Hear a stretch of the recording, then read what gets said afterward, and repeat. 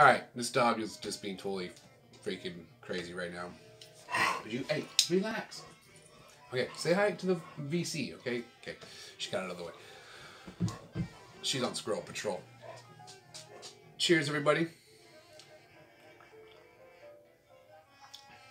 Alright. I was going to talk about on this episode about reissues versus the originals. And, on the Vinyl Archivist just did a cool live stream, which I missed, but it's still available to watch, where like I'm pretty sure they did a shootout on Rush Permanent Waves, the original versus the 2015 remastered. So I should say, like, you know, the original versus the remaster, or the reissue, whatever you want to call it. But I guess technically the remastered is what I should say. But it seemed like on a live stream they were doing a week ago, I talked about how I just got the Permanent Waves 40th anniversary. Totally worth getting. And, you know, Patrick had asked, you know, what do you think about it? And I kind of typed in the thing saying, you know, I felt like, you know, the vocals on the original one are warmer, you know, better sounding. The guitar a little bit smoother on the original one. The remastered, the guitar sounds a little like they scooped the mids. I don't know if I'm saying that right, but they get a little filterish kind of on the guitar, not as smooth. Now, that's not on every track. Some of the songs, a couple of the songs, it seems like they might have nailed it to where I feel like the remaster is equal to the original. Just depends which one you might. But there was at least 3. I should have wrote down which ones, but I feel like Jacob's Ladder they did a good job on. You know, the opening track, I felt was just the spirit of radio. That was very noticeable. That just the way the guitars sound very. It sounds like they brought the mids up and brought the highs down a little bit, and then so that's just what I kind of typed in saying I noticed, and quite a few people agreed saying yeah, that's, you know, definitely, you know, that's so, and you know But, you know, I was talking about on one of my other episodes, if you could measure, she's like photo, you know, she's my sidekick right here. What do you think? What do you think the remastered version is a little better? No? You like the original, huh? That's what I thought. I was talking about measuring sound, about like, you know, if if this album sounds, you know, a ½ inch better than the other one. Is it, you know, and luckily this is a good deal for the 40th anniversary. It's not super expensive. It comes with a double LP live album stuff they haven't of live stuff they haven't released yet. So that was my main motivation to get it, and I didn't mind having a new copy of Permanent Waves. And my original copy's in really good condition.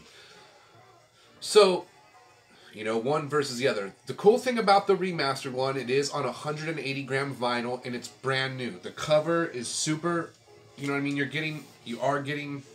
Only thing I don't like is you can kind of see to where, like, the little tabs or whatever, to where, because, you know, when they made a bunch. Wish they wouldn't, that wasn't so obvious. But overall, they did a good job on the picture. So you're getting a brand new cover. It is on 180 gram vinyl. So it's on very, you know, good, heavy vinyl. The one thing I will say about the remastered version is the surface noise. Really quiet on this one. Not that the original one had loud surface noise, but if your original one's not 100% new, you know, I mean, you are at least getting a brand new version of Permanent Waves, so there's no crackles, hardly, you know, nothing. It's really good, and it does have low surface noise, in my opinion. It is on heavy 180 gram vinyl. You're getting a new cover. So, I mean, if for some reason this is the only one you have, you're not missing out. You know, I mean, the most important thing is you have the music. And I think that's what, you know, I mean, that's what Rush would want, is that you have the music and you're pumped up, whether you're streaming it. But, you know, if you're a vinyl collector, whether what copy you have, at least if you have one copy, it's not the original, you're doing pretty good. I feel like the drum, now I'm not a drum player. I'm mainly a guitar player, even though I do love drums, and I did play drums for a little while.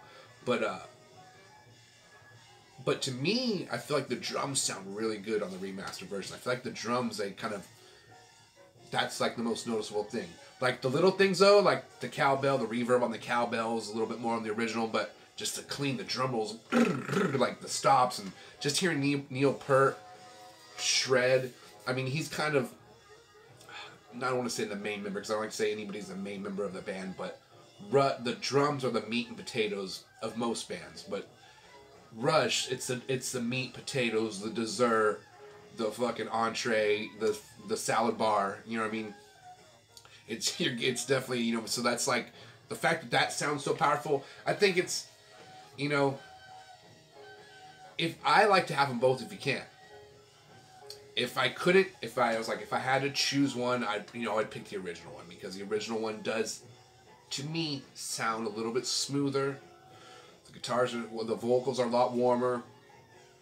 They're not really louder. They're just smoother and warmer. The reverb is not extra, but just a little milkier. So I would pick the original, but the fact that you have, you know, the remastered, these remasters are out there. And now, you know, this isn't just for Permanent Waves. You know, most out, you know, any remaster, we're lucky we have those because that's, if you don't have the original and you're trying to wait or spend high dollar to try to get the original, the fact that you can get a remaster for $20 to $30, that's pretty damn cool. So, you know, now do they sound better? That's you know, like I said, I choose the original one for this one. One, I thought they did a good job, but I still feel like the original one is better. But this, I swear, like they always make it to where you can barely get these records back into these box sets usually. But either way. So, Pink Floyd Animals. Again, they did a great job on this one, but the original does sound better. Again, kind of similar in the ways I was describing to the Rush.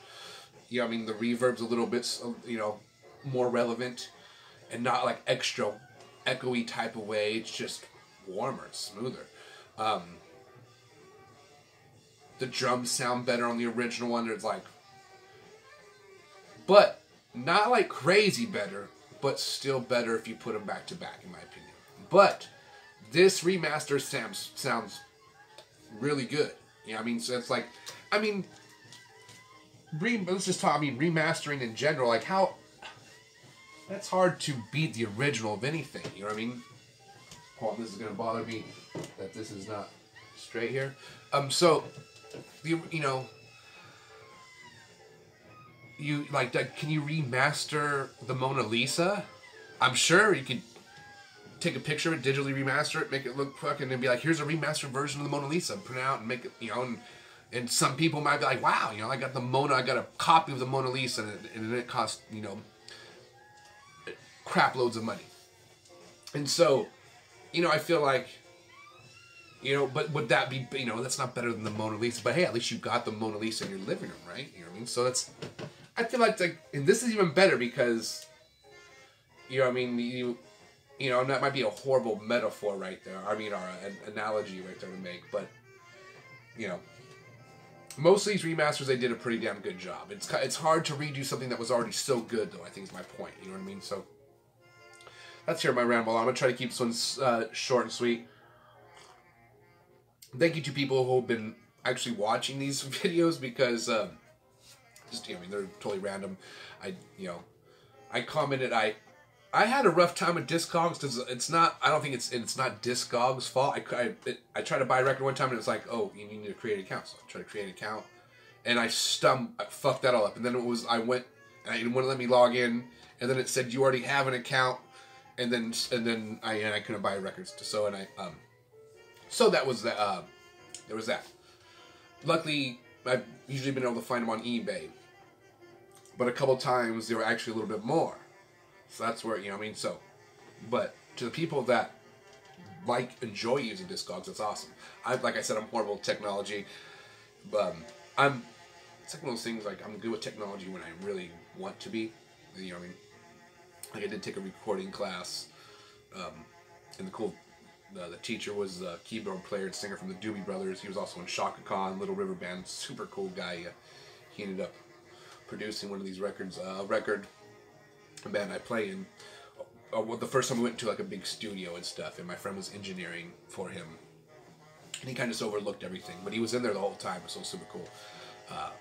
But taking that class, yeah, I learned a little bit about technology so I could use my PreSonus Fire Studio, my interface, so I could do some recording. But my laptop I have is still from like 2008 right now, so I definitely need to maybe get a new laptop. I don't ever go like on a computer and check emails or shit like that. I just use my phone, and I hardly ever do that. And so yeah, and I don't even know the emails I'm checking are on an older cell phone because I don't even know how to switch to a different email. So that's what's hilarious because I don't even have the password out to the old one. So yeah, figure that one out. I'm totally horrible with technology, and it's it's funny when I'm in some of these projects because people are like, oh, I sent you something in Dropbox, and then I try to go to it, and it fails. I can't ever play the damn shit. But maybe because I need a laptop. Either way. Cheers to people who are really good with technology, though. I'm even over my smartphone. I can just turn it off during the day. Don't even give a shit. I don't think I do that, but I'm gonna start doing that. So either way, let's try to keep this short and sweet. The main topic was remaster albums versus the originals versus the remastered.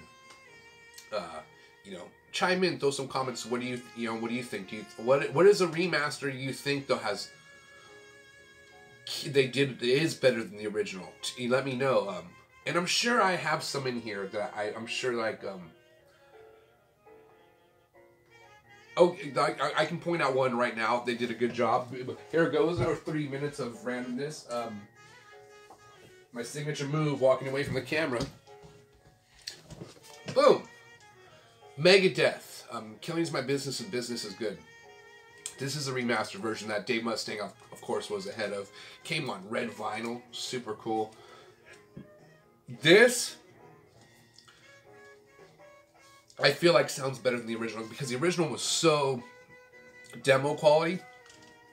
But, sorry, I'm kind of having some coffee burp as wants to happen, but it just didn't get it was like lingered and then just, it was like heaven, hell, and then nothing.